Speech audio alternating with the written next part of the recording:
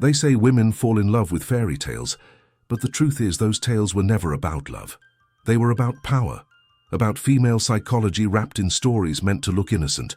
Every happily ever after taught her what kind of man to desire and what kind to destroy. You've probably felt it, that invisible game you can't name but always lose. Today we're going to pull the curtain back, and you'll finally see how female nature has been programmed to test, choose, and control, long before you ever met her. If this kind of truth resonates with you, go ahead and hit like, share this message with someone who needs it, and drop your thoughts below. We grow stronger when we learn together. Once you understand the hidden code behind these stories, you'll stop chasing illusions and start mastering the relationship dynamics on your own terms. What fairy tales really reveal about the man women want. Let's get real. If you grew up thinking fairy tales were innocent bedtime stories, that was your first lesson in romantic illusions. Because while you were absorbing the tale, she was internalizing the message. Every Prince Charming was never about virtue. It was about status, timing, and selection. And here's the kicker. The guy who saves the girl is rarely the one she truly desires. That's not pessimism. That's female psychology at work. And if you ignore that, you'll keep losing to men who aren't better than you, just more aligned with her instincts. The problem isn't that women want too much. The problem is that men don't understand what women actually want. You've been told to be kind, generous, reliable, and then watched her run straight into the arms of chaos. Ever asked yourself why? It's not a fluke. It's built into female nature, shaped by centuries of subconscious storytelling. While you were building stability, she was being conditioned to crave emotional intensity.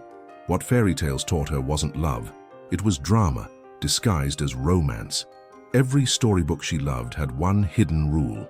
The man had to earn her chaos. Think about it. Beauty tames the beast. Ariel gives up her voice. Cinderella gets chosen. Yet none of them reward the man simply for being stable. That's the danger of the validation trap, thinking your good behavior will buy you desire. It won't. Not if she's been wired to crave a storm before the calm. And this is where the real test begins. Because masculine energy isn't about pleasing. It's about leading. You see, fairy tales weren't written for men. They were written to code the female mind. That's why the guy who saves her usually has to suffer first, proving himself through pain, risk, and emotional drama. That's not just a plot device. It's a reflection of female hypergamy. A woman's desire doesn't ignite through logic. It wakes up when tension rises. When a man holds masculine frame in the chaos, he becomes magnetic. Ignore this, and you'll keep being the nice guy she respects, but doesn't crave. Let me paint a picture. You're texting her good morning, sending flowers. Always available, but she's distant, cold, maybe even disrespectful. Then she meets a guy who ignores her texts, flirts with 3 others, and suddenly, she's obsessed. You think you're losing your mind, but what you're missing is sexual polarity. Predictability kills attraction. Certainty kills curiosity. Fairy tales taught her that love is supposed to be felt, not managed, and that emotion, not logic, is the fuel for woman's desire. Men who win don't chase. They understand female psychology, not just female behavior. They don't play by what she says she wants. They watch what she responds to. And deep down, she's not drawn to comfort. She's drawn to emotional strength. The kind of man who can stay grounded while she tests, storms, and questions everything. That's the stoicism she doesn't consciously ask for, but desperately needs to feel safe. In chaos, the grounded man becomes unforgettable. And don't get it twisted. This doesn't mean being cold or manipulative. It means owning your space, knowing your value. A high-value man doesn't need to prove he's worthy. He just is. And that presence, that unshakable inner confidence, is what fairy tales tried to mask under dragons, curses, and broken spells. But now you know better. And once you understand the truth about love isn't in what she says, but in how she chooses, you start to play the game with eyes wide open. Take a quick break here, because this is the kind of content that doesn't just sound interesting. It shifts your perspective. If your mind's already racing with insights, don't stop now. Hit that like button, subscribe, and share this with a brother who's been stuck chasing illusions. What comes next might be the difference between years of confusion or finally getting the clarity to lead your own story. Now imagine this: a man walking into a room with nothing to prove. He's not the loudest. He's not begging for attention. But somehow, every eye follows him. That's not luck, that's masculine frame. He knows who he is. And here's what fairy tales never showed. The true prince doesn't beg for the crown. He embodies it. While others try to impress her with effort, he earns her attention through presence, because that's the kind of man who rewrites the script, not just follows it. You've been taught to perform, to chase approval, to play the role of the good man who always shows up. But here's the cold truth: performance doesn't create attraction. Alignment does. If your actions aren't rooted in your male purpose, they become noise. A man without purpose is a man lost in someone else's story. And no woman wants to follow a man who can't lead himself. Fairy tales hinted at this, but they never told you why the hero wins. It's because he believes in something bigger than her. Let's take a step back and look at how deep this conditioning runs. From a young age, girls are fed stories where love is chaos, pain, and rescue. Their emotional memory gets tied to drama. Meanwhile, boys are told to be dependable, quiet, good. The disconnect is massive. She grows up craving emotional charge. You grow up trained to offer emotional peace. That's not chemistry. That's a mismatch. And until you understand relationship dynamics on a subconscious level, you'll keep trying to solve the wrong problem. Let me tell you about Marcus. Solid guy, great job, always respectful, genuinely cared for the women he dated. But time after time, they'd lose interest, ghost him, tell him he was too nice. He started to question his worth, thought something was wrong with him, until one day, a mentor told him, "You're not being rejected, you're just not being felt." That hit like a brick. Marcus started studying female psychology, dropped the people-pleasing, and leaned into who he really was. Everything changed, because now he wasn't chasing, he was choosing. That story hits home for a lot of men. You do everything right and still get overlooked. But the issue isn't your goodness, sorry, it's your predictability. Without emotional intelligence, without a deep understanding of female nature, your actions get misread. She doesn't feel the contrast, the fire, the unknown. And in that flat emotional space, she disengages. So instead of being more available, ask yourself, when was the last time you surprised her mind, not just supported her mood? Here's a practical truth you can apply right now. Stop being overly explainable. If she always knows what you'll say, how you'll react, when you'll text, you've killed curiosity. Curiosity is oxygen to attraction. So start holding a little more mystery. Not game playing, just space. Emotional independence. Let your mental clarity guide your responses, not her approval. You'll start to notice something powerful. She leans in more when you're not constantly leaning forward. And this is where most men panic. They think, if I'm not always there, I'll lose her. But that fear, that's rejection trauma talking. You're not afraid of losing her. You're afraid of losing your identity through her. That's the trap.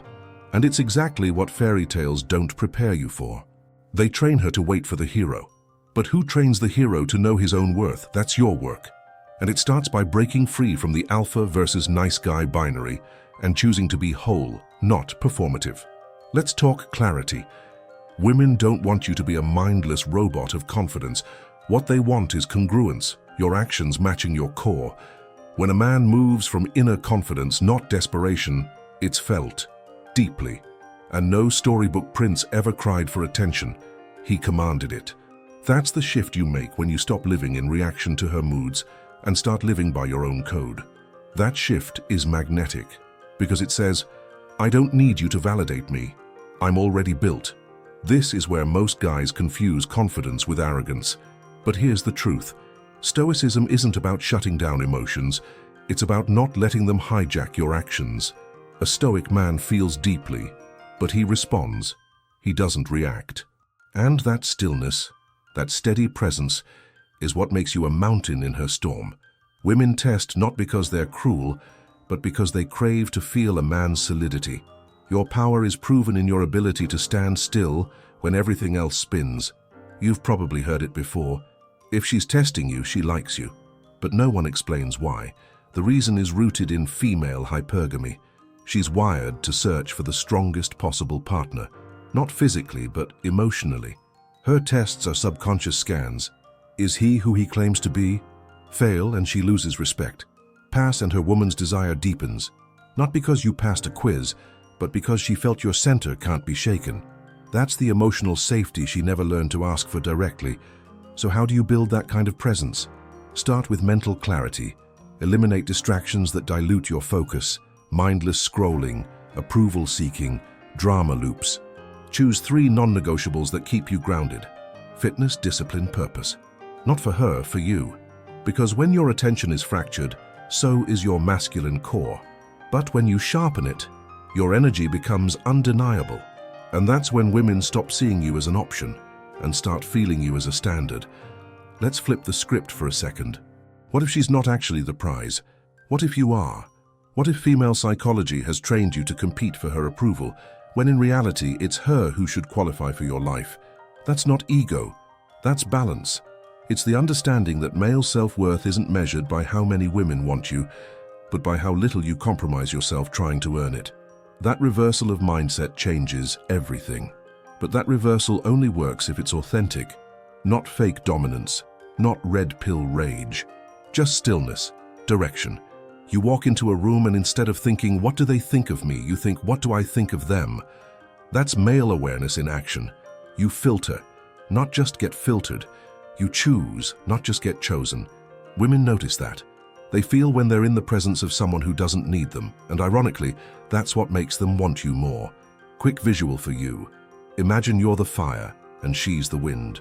If you're a weak flame, her wind blows you out. But if your fire is strong, but grounded, focused, her wind fuels you. That's sexual polarity. 2 energies dancing, not clashing. But it only works when you stop trying to be the wind and the fire. Stay in your masculine. Let her move around your stability. That tension, that balance, it's not just attraction, it's addiction. Most men think the work is external. Get the money, the muscles, the attention. And sure, those things help. But real attraction, it's spiritual. It's in your posture, your tone, the way you look at her and don't flinch. That's emotional strength, not the kind that yells, the kind that doesn't move when tested. Fairy tales try to dress it up with dragons and quests, but the truth is simple. She wants to feel you can hold her world without losing your own. Here's a practical test. Next time you're around a woman, notice your need to be understood. That urge to explain, justify, or defend yourself, that's where you lose power. Try holding silence. Let her wonder. Let her feel your grounded presence without needing validation. That's emotional resilience in motion. And while most men drown in discomfort, the grounded man breathes in it. That's when she leans in, not to your charm, but to your depth. Let's pause right here, and because if you've made it this far, you're not just curious, you're ready. Ready to stop surviving relationships and start mastering them. So take 3 seconds, drop a like, hit that subscribe, and share this with someone who keeps attracting the wrong kind of woman. What's coming next goes even deeper, and it might just save you from repeating the same patterns you thought were love. One of the most misunderstood truths in modern dating is this. Women don't want to lead. They want to surrender, but only to a man who knows where he's going. Without direction, your confidence is noise. Direction is what gives your words weight, your silence tension, your decisions gravity. A woman can sense the difference between boldness and bluff. That's why building your male purpose is the foundation, not the decoration of any relationship that lasts. Think about it like this. She's not attracted to what you give her. She's attracted to what you awaken in her. Safety, mystery, depth, fire. And none of that comes from over-explaining or over-committing. It comes from being so whole that you don't need her reaction to feel alive. That's masculine energy in its purest form. And when she senses it, she doesn't want to change you. She wants to join you. If you want to shift the dynamic, start with this question. What do I believe about women? Because that core belief colors everything. Your tone, your posture, your decisions. If you believe women are broken, they'll drain you. If you believe they're divine chaos, you'll dance with them, not fight them. And if you believe you are the steady flame to their wild wind, that belief alone will start attracting differently. That's truth about love most men never discover. Fairy tales hinted at this balance but left out one major part, self-ownership. The hero doesn't get the girl because he needs her. He gets her because he's become a man she can feel safe losing herself in. That's the essence of masculine frame. Not a posture, but a soul position. And you don't fake that, you build it. Brick by brick, choice by choice, boundary by boundary. And once it's built, everything in her starts leaning toward you, not away. Now let's talk presence. Not just physical, but emotional, spiritual, energetic. When you're fully present, you're not hoping to be chosen. You're observing, choosing, directing. That shift changes everything. You stop being the man who adjusts himself to her moods and become the man whose presence calibrates the room. That's what high-value man energy feels like. And it's not loud, it's not theatrical. It's quiet, still, magnetic, because it doesn't beg. It simply is. A woman might not articulate it, but she craves this kind of man. A man who isn't easily moved. A man who doesn't chase, but also doesn't resist connection. That balance is rare, and rare is desirable. When you embrace emotional intelligence, you start reading her not just with your mind, but with your body. Her tone, her eyes, her silence. And you stop reacting to noise and start responding to meaning. That's not game, that's awareness. You'll notice a pattern. The less you need her to validate your masculinity, the more she respects it. Because now you've stepped out of the validation trap. You're not trying to earn her love. You're living from love. Self-love. Purpose-driven love. And that's when she feels safe surrendering to you. Not because you control her, but because you don't need to. That's the paradox. The less you try to own her, the more she gives herself freely. And here's the part most fairy tales don't show. The hero doesn't end the story with a wedding. He ends it by becoming a man she wants to stay with, day after day, test after test. That's the journey. That's the work. And no, it's not easy, but it's worth it. Because once you embody that level of stoicism, you no longer fear her storms. You welcome them, you lead through them, and you make her feel something she's never felt before, peace inside fire.